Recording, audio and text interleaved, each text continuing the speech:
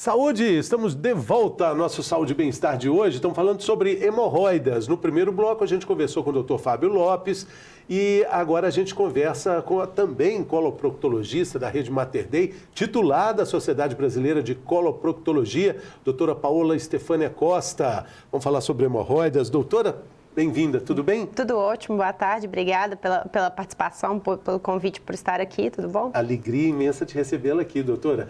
Principalmente para a gente começar a falar de um problema que é mais prevalecente entre as mulheres, né? Hemorroidas. Sim, igual o Dr. Fábio até falou anteriormente, a gente tem um pouquinho de viés aí da gente saber o que é, por que é mais prevalente na mulher ou se a mulher procura mais.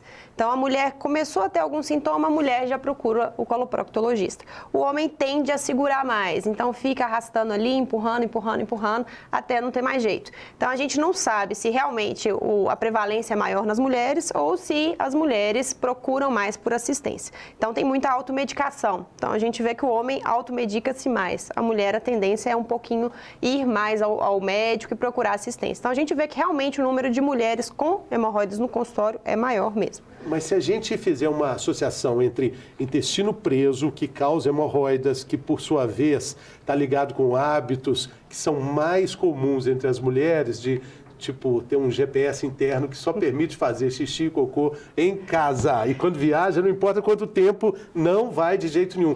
Se viajar a primeira vez, assim, com o namorado, então aí é que não rola mesmo, né, doutora? É impressionante, assim, a gente vê no dia a dia a mulher e o homem, o comportamento com o intestino é diferente. Então, assim, a mulher, é isso que você falou, viajou com o namorado, o intestino não funciona, sai de casa, não vai ao banheiro. Então, a tendência é a mulher esperar para ir ao banheiro, esperar chegar em casa. E o homem é um pouquinho mais desligado quanto a isso. Então, tá no meio dos amigos, o assunto é mais fácil, o homem fala disso mais facilmente. Então, acaba que o homem não fica aprendendo tanto. Então, eu até falo no consultório, assim, segurou, não evacuou no momento que veio o desejo evacuatório, a vontade vai vir 24 horas depois. E aí, nesse tempo aí, as fezes ficam no intestino e o intestino vai absorver água. Então, quando for evacuar, as fezes vão estar mais ressecadas ainda. Então, vai machucar a região, vai piorar ali as hemorroidas, fissura, tudo da região vai sofrer um pouquinho mais. Então, tem que tentar mudar aí, mudar o hábito, mudar a rotina, o dia a dia. Sentiu vontade de ir ao banheiro, tentar evacuar nesse momento ali. É fisiológico, né? Então, a gente tem que tentar fazer como que seja. A senhora consegue ter sucesso aí nessa mudança de postura das mulheres? Difícil, assim, eu observo mais que quem está sofrendo muito, a tendência é tentar se adaptar. Então, ela passa a modificar um pouquinho ali, então a gente sente que tem uma certa melhora mesmo, que vê que faz diferença. Então, o intestino preso, para você tentar regularizar ele, você precisa da rotina. Então, você precisa de rotina ali para que ele funcione melhor. Então, eu até falo assim, que tem alguns estudos que mostram que em 2 meses, você fazendo a mesma coisa, o seu intestino vai se adaptar àquilo ali. Então, se você mudou de país, outra rotina, outra vida, outro horário, outro fuso, em 2 meses ele vai estar um novo intestino. Então, ele vai estar naquela rotina ali. Então, se você começar a fazer tudo bonitinho ali, em 2 meses a tendência é que ele melhore mesmo. Então, a gente vê melhora. Quem tem intestino preso tem mais chance de ter hemorroida? Sim. Os extremos são os piores, né? Então, o intestino muito preso e a diarreia são ruins para as hemorroidas. Então, o homem, mulher, não importa, ter o intestino preso vai favorecer de inchar ali, né? Os mamilos, como o Dr. Fábio falou anteriormente, são coxins. Então, ele como se fosse uma almofada de vaso sanguíneo. Então, se o intestino é preso, essa almofada ali sofre e aí vai inchar. Então, o intestino preso prejudica. A diarreia é pela frequência evacuatória. Então, vai no banheiro muitas vezes, limpa muitas vezes e aí acaba sofrendo também. A diarreia é pela frequência, né? Sim. Mas a gente está repercutindo aqui uma informação de ouro desse programa, que é com relação à ligação que existe entre o papel higiênico e a hemorroidas. Sim, é verdade. Papel higiênico causa hemorroidas. Como é que a gente dorme depois de uma informação dessa, doutora? Tentando mudar aí um pouquinho o estilo, né? Depois da evacuação, o recomendado mesmo é lavar a região. Duchinha, bidê ou tomar banho. E o papel só para secar, como se fosse, não para limpar, para fazer a limpeza com papel. Então, o papel vai ficar aí de escanteio.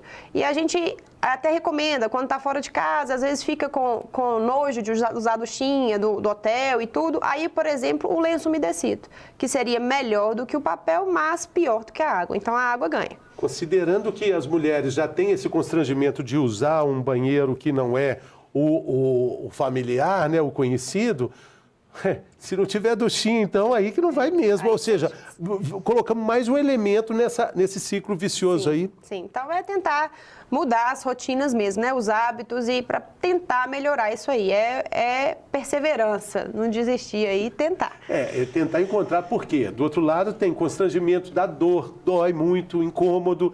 E o fato de ter o intestino preso vai ter consequência para o organismo todo, né? Sim, sim. Tanto que surgiu aí a palavra o enfesado, não foi à toa, né? Então, assim, o intestino muito preso, a pessoa não está no seu melhor, né? Então, tentar melhorar isso aí para que fique mais agradável para todos.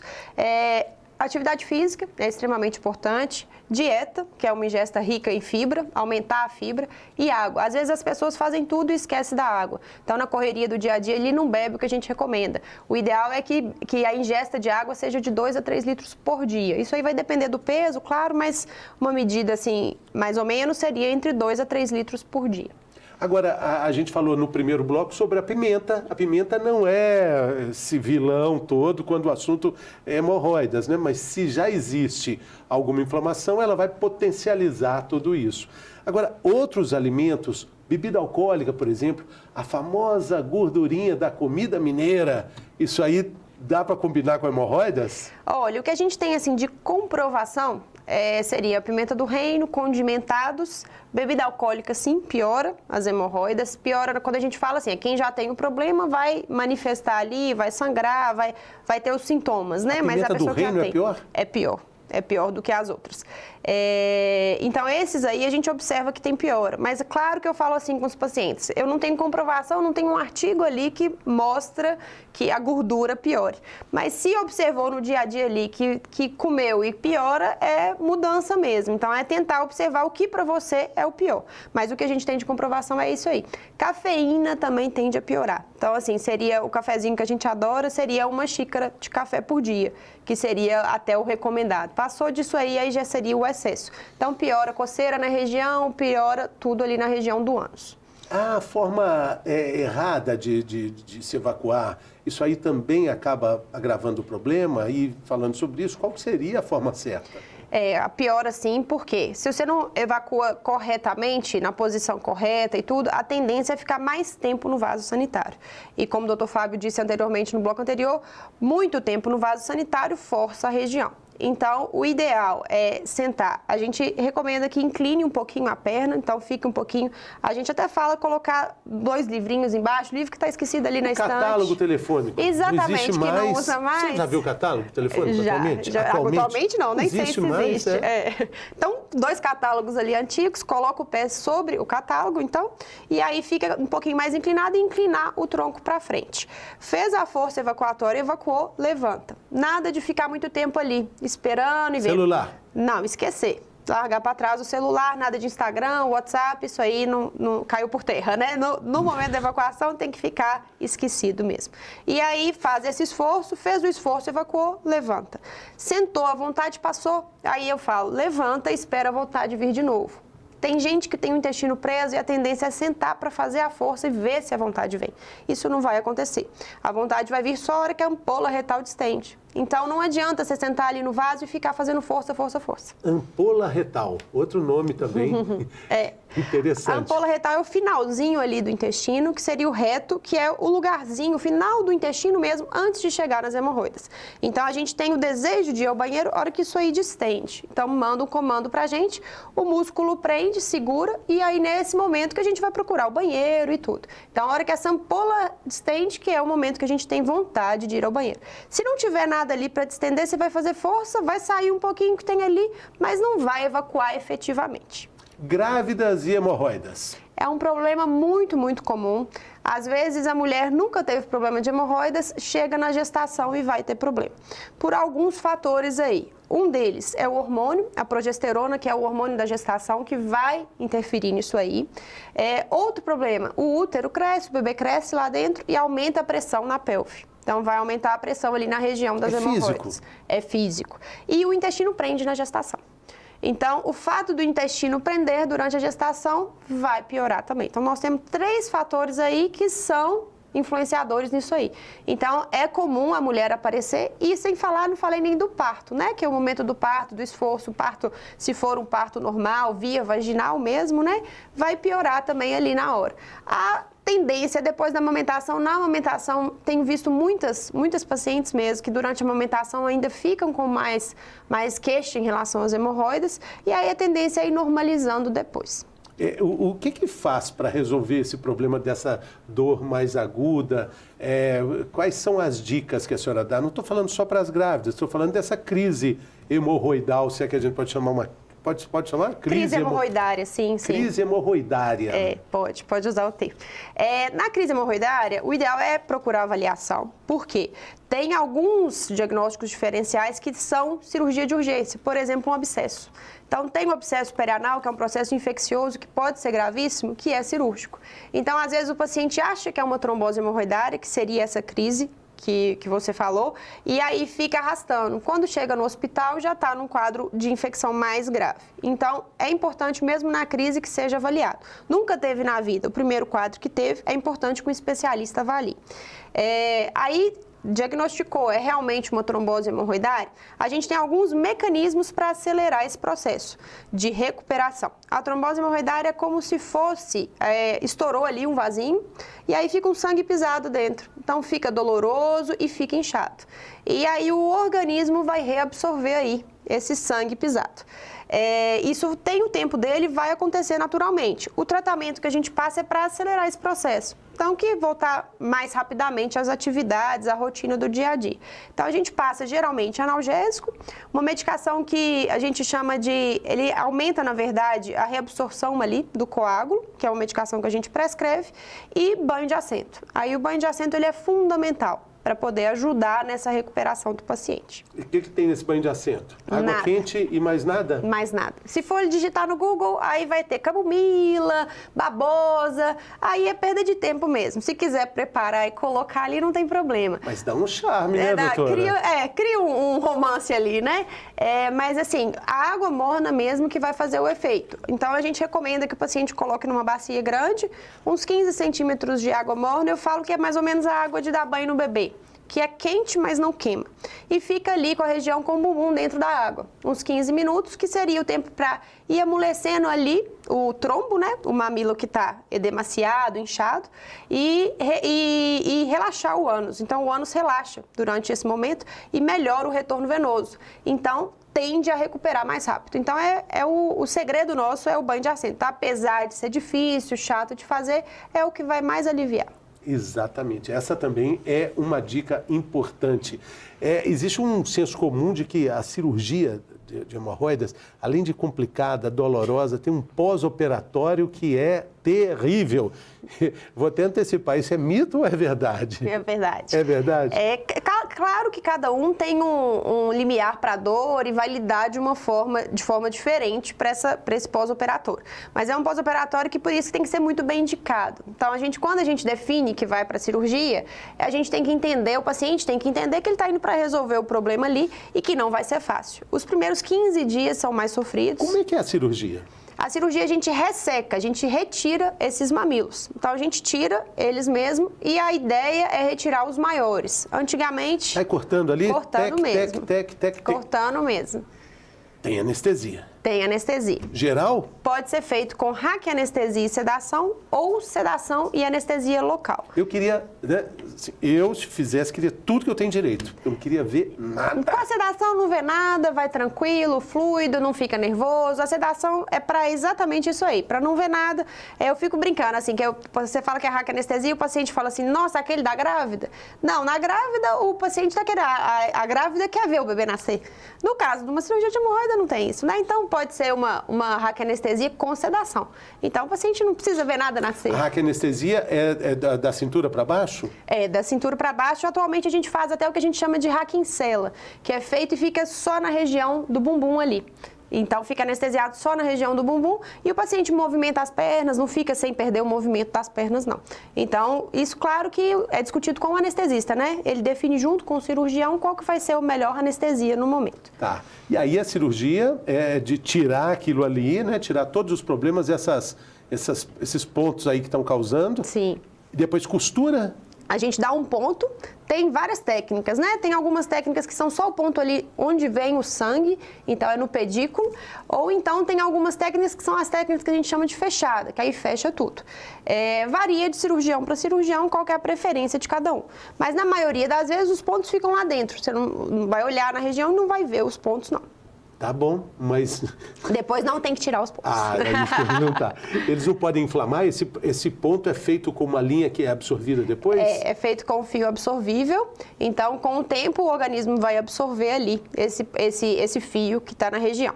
Então não tem que tirar, que seria até traumatizante, né? Mas não tem que tirar, não. E o pós-operatório a gente vai acompanhar essa ferida e ver como é que está a evolução. Alguns casos que a gente dá o ponto só por dentro, a ferida fica aberta. E aí ela vai cicatrizar naturalmente, o resultado estético até fica muito bom. A região cicatriza muito bem. E o trato intestinal aí, como é que faz? Que a vida segue ou a vida para? Você fica flutuando ali depois da... O mais importante é que o intestino funcione bem no pós-operatório. Então, quem tem o intestino mais solto e tudo, costuma ter um pós-operatório menos sofrido. Quem tem o intestino preso, a gente maneja esse intestino de tal forma que ele vá mais fluido no pós-operatório. Então, na hora da evacuação vai ter dor, isso aí não tem jeito. Então, a gente... Dor de 0 a 10, quanto? Tem gente que dá uns 10, outros uns 7. Então, assim, vai variar, né? É dor, gente. A analgesia tá aí para isso. Então, a gente tenta ajustar, colocar os remédios. Você sai de lá com uma pomadinha ok. Sai com uma pomada para a região, né? Os que a gente deixa. momentos críticos. E medicação também, né? Para os momentos críticos pós-evacuação. Agora, uma pergunta, doutora. A passagem do cocô ali não vai infeccionar o ponto ali? Não. A gente tem um risco de infecção da região, mas esse risco é muito baixinho no pós-operatório. É muito raro de a gente ver. Felizmente, ali infecta pouco. Então, é uma região que, se pensar, né? Que passa fezes, era para infectar até mais. A vida toda, né? Exatamente. E infecta muito pouco, assim. É um risco, é realmente um risco. A gente explica para o paciente que tem a possibilidade de infecção, mas é um risco baixo. Sim. Difícil mesmo é essa adaptação ali, negociando com a própria dor aí. Isso. Olha só, gente, a doutora de 0 a 10 chega no 10, ou no 7. Eu até brinco com os pacientes, assim, falo, nos primeiros 15 dias você vai arrepender. Vai falar que, olha, para que eu fui mexer e tudo, mas o que acontece? Vai melhorando com o passar dos dias e passou esses 15 dias, fica tranquilo e aí a cabeça muda um pouco. Por que eu não fiz antes? Porque é uma coisa que está incomodando tanto, fica tão arrastado e depois que passou essa fase ali, a vida melhora mesmo. Então é questão de qualidade de vida. Então vale a pena, às vezes, dependendo do caso, se bem indicado, passar por esses 15 dias aí mais sofridos para depois ter mais tranquilidade. A cirurgia é o padrão ouro para tratamento da é o padrão ouro, já surgiram várias técnicas depois, várias, até o laser, por exemplo, surgiu, mas nada superou a cirurgia. Então, a gente ainda considera, quando a gente fala padrão ouro, que é o melhor que a gente tem. Então, para questão de sucesso, a taxa de sucesso da cirurgia é o maior. De resolver o problema, a cirurgia é o melhor. Então, o que surgiu depois compara-se com a cirurgia e ninguém superou ainda. Tá. Mas a indicação da cirurgia, ela passa talvez antes por outros tratamentos, né? Sim. O doutor Fábio falou daquela... Minas é gominha, né? Aquele elástico ali, aquele lacinho de ouro ali. Isso, a gente tem alguns recursos, tem mais recurso para quando a gente tem só hemorroida interna. Como o doutor Fábio explicou, a gente tem hemorroida interna e externa. As hemorroidas internas, a gente não tem nervo de dor, é nervo de distensão. Então, esses nervos de dor que não tem na interna, permite que a gente faça a ligadura elástica no consultório, faça o laser. Agora, quando a gente tem externa associada, então tem as duas hemorroidas dando sintomas, né? Aí a cirurgia resolve mais. Não tem como eu fazer uma ligadura na parte de fora, por exemplo. Então, aquela pelinha que está ali sobrando, aquele inchaço que está ali do lado de fora, as técnicas menos invasivas não resolvem. Então, acaba que a cirurgia ainda fica para quando tem esse problema, a cirurgia acaba sendo a opção mesmo. E a gente tem aqui no quadro, o quadro Mitos e Verdades, quando a gente fala de hemorroidas, aí, nossa, todo mundo tem algo para perguntar, né? Então, eu acho que hoje vai ser muito bom o Mitos e Verdades. Está preparada, doutora? Podemos começar? Podemos. Então, vamos lá. Hemorroidas, mito ou verdade?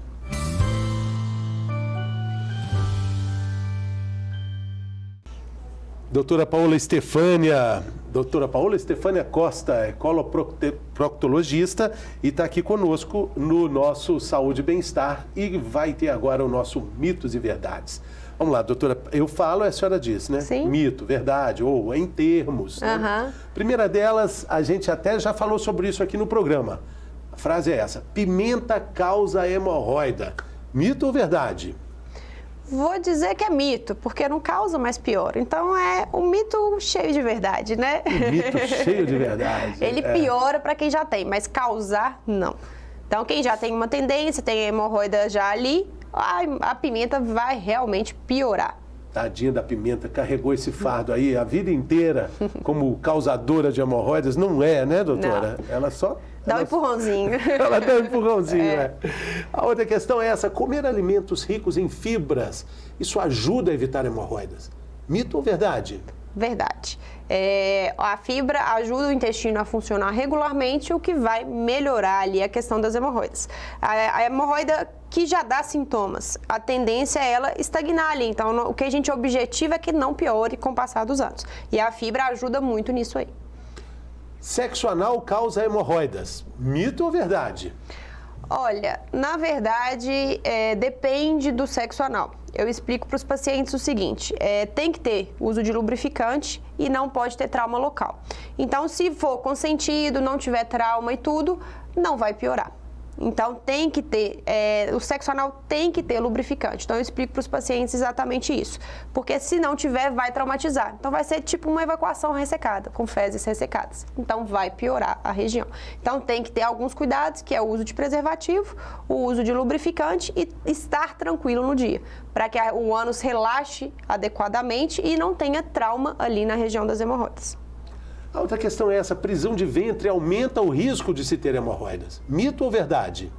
Verdade. A gente falou, a gente disse isso várias vezes: o intestino preso, que é a prisão de ventre, vai piorar ali a hemorroida. Então, o esforço evacuatório intenso, as fezes ressecadas, tudo isso vai piorar a hemorroida.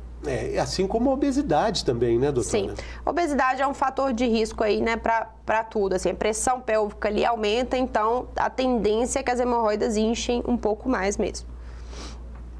A outra questão: hemorroida pode se transformar em câncer. Mito ou verdade? Mito. A hemorroida não vira câncer. Não vai virar, mesmo que não trate, são dois problemas distintos. Podem surgir problemas como câncer na região que ficam subdiagnosticados por conta da hemorroida. Então, está sempre atribuindo ali a hemorroida e, na verdade, é um câncer que é um outro problema. Então, a hemorroida não vira câncer e não causa câncer. Agora, muito interessante, aqui no primeiro bloco, o doutor Fábio falou um alerta também importantíssimo. Às vezes, o que está doendo não é hemorroida, e sim um câncer. Isso. Por isso, a investigação é fundamental. Não dá para ficar guardando dor. Para que guardar dor por constrangimento, vergonha? É preciso ter coragem de investigar o que é, sim, né? Sim. E procurar assistência vai ajudar a falar sobre o problema e tudo. O que acontece? No bar, ninguém conversa, ninguém fala que tem problema de hemorroida. Então, um amigo não conta para o outro: olha, eu tive problema, olha, eu estou sangrando. Então, não quer conversar disso, realmente é constrangedor? Procura o médico. Você e o médico ali vão decidir juntos, você vai falar para o médico o que você está passando e os dois juntos vão definir e dar a conduta. Não precisa realmente entrar na conversa de bar, mas dá para resolver sem isso. Até pela referência que a senhora faz à conversa de bar, fica bem claro que os homens têm mais fama de negligenciar isso, né? Porque mulher pode conversar sim. Num bar pode conversar sobre isso entre elas, né? É mais fácil. Homem, né? Realmente é mais bocó, né? Fica com vergonha, às vezes, de falar ali, né? De cair na brincadeira, de virar piada. Mas, assim, não precisa ter isso, né? Um problema que a gente sabe, chega aos 50 anos, 50% das pessoas já teve alguma crise de hemorroida, já teve algum problema com hemorroida. Então, é muito prevalente. Então, não dá pra gente ficar fingindo que não existe, né? dá para resolver e a gente tem muitas estratégias para tentar resolver. Muita tecnologia para minimizar tudo isso e ter mais qualidade de vida. Com certeza. Né? Olha essa questão. Papel higiênico causa hemorroidas. Mito ou verdade? Verdade, diria que verdade. Ela vai piorar, vai traumatizar ali a região e, como a gente já disse anteriormente, a água é melhor. Então, após a evacuação, lavar a região. Não precisa sabão e tudo, pode ser o bidê, a ducha, e aí o papel vai ficar para última opção. E olha, nós estamos falando de papel higiênico bom. Não é aquele barra lixa, né? É papel higiênico bom. Imagina o que é lixa. Às vezes o paciente até fala, não, doutora, mas o meu é folha dupla. Não adianta, o papel ele é pior mesmo, então mesmo que seja folha dupla, o melhor é lavar, é a água mesmo. Sentar em lugares quentes pode causar hemorroidas. Mito ou verdade? Mito.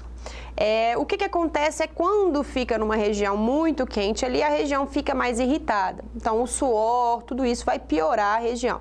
Às vezes vai dar coceira por causa do suor em si, da região quente. Mas não vai piorar a hemorroida, não. É outro mecanismo aí. Claro que a superfície quente nunca é favorável para a região do ânus. Então, observou que a região está úmida e tudo, secar. E aí eu recomendo o secador frio.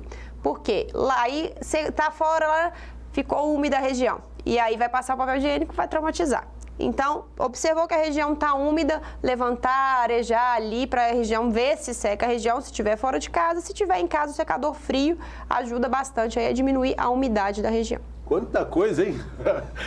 Já banho de assento, secador frio, é um arsenal. Não estamos nem falando da almofadinha, né? Aquela almofadinha com o espacinho no centro, assim, né? Interessante. Passar muito tempo sentado no vaso sanitário pode causar hemorroida. Mito ou verdade? Verdade. Como a gente conversou anteriormente, ficar muito tempo sentado no vaso sanitário, você vai forçar a região da pelve. Então, onde estão as hemorroidas, a gente vai forçar. Então, o que segura as hemorroidas são os músculos muito fininhos. Então, a tendência é quando a gente faz muita força e fica muito tempo ali no vaso, mesmo que não esteja fazendo força, a tendência é que piore mesmo. A doutora pode, então, repetir a dica, que é muito boa para quando acontece isso. Passou à vontade e a pessoa fica ali forçando. Ah, mas é agora? Não. Espera, relaxa. Levanta. Isso. E espera a vontade vir de novo. Vontade vai voltar. Não 24 horas depois, uma hora volta, né? Uma hora volta. Porque aí temos aquela parte lá que a senhora falou tão lindamente, que é... Ampola retal. Ampola retal vai dar os sinais, né? Para o retorno. Isso. Retorne à base, por favor. Exatamente. Ampola chamando, retorne à base. Aí você vai. Né? Exato. Andar de bicicleta ou a cavalo pode causar hemorroidas. Mito ou verdade? Mito. Não causa hemorroidas, mas quem já tem problema de hemorroidas, quando andar de bicicleta ou a cavalo, vai perceber que piora mesmo, porque é o trauma ali na região. Mas se não, quem não tem problema, por exemplo, vai andar, não vai surgir problema de hemorroida por conta disso, não. Então, eu até falo assim, que se está na crise, realmente não vai dar para andar de bicicleta, andar a cavalo, mas fora da crise, isso aí vai poder acontecer. Sim, sim. É uma análise muito pessoal, né? Sim. Depende da situação. Sim. Né? Hemorroidas sempre vão causar muita dor. Mito ou verdade? Mito. As hemorroidas internas não dão dor. Então, elas vão prolapsar, sair para fora e sangrar. As externas causam muita dor. Então, quando elas estão trombosadas, que é o que mais cedo a gente falou de crise hemorroidária. Então, quando elas estão trombosadas, aí vai ter dor sim. Mas as internas não dão dor. Esse sangue que é proveniente disso é um sangue mais vivo, mais vermelho? Sim. Menos pisado, né? É um sangue mais vermelho, às vezes no papel higiênico ou até mesmo pode pingar no vaso sanitário. Então, às vezes, olhou no vaso ali, foi conferir como está o aspecto das fezes, viu aquele tanto de sangue, pode ser até mesmo da hemorroida. Não só no papel higiênico vai ter sangramento. E tem até um exame que mostra, o exame de sangue oculto, né, nas fezes, né, que a gente, para fazer, tem que ficar sem comer beterraba, frutas vermelhas, né?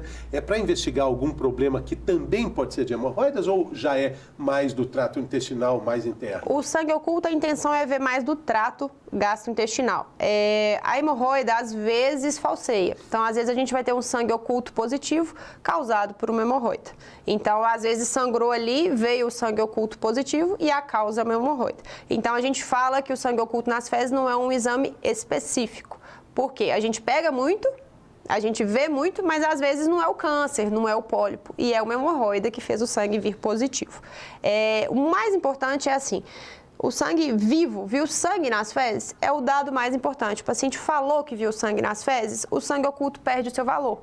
Então, tá vendo sangue vivo? O sangue oculto é para quando a gente não tá vendo sangue vivo. Então, sangue vivo, sangue nas fezes, é procurar assistência. Procurar assistência e aí certamente vai cair numa colonoscopia aí, dependendo da idade, Isso, né? dependendo da idade, dependendo da avaliação do médico mesmo.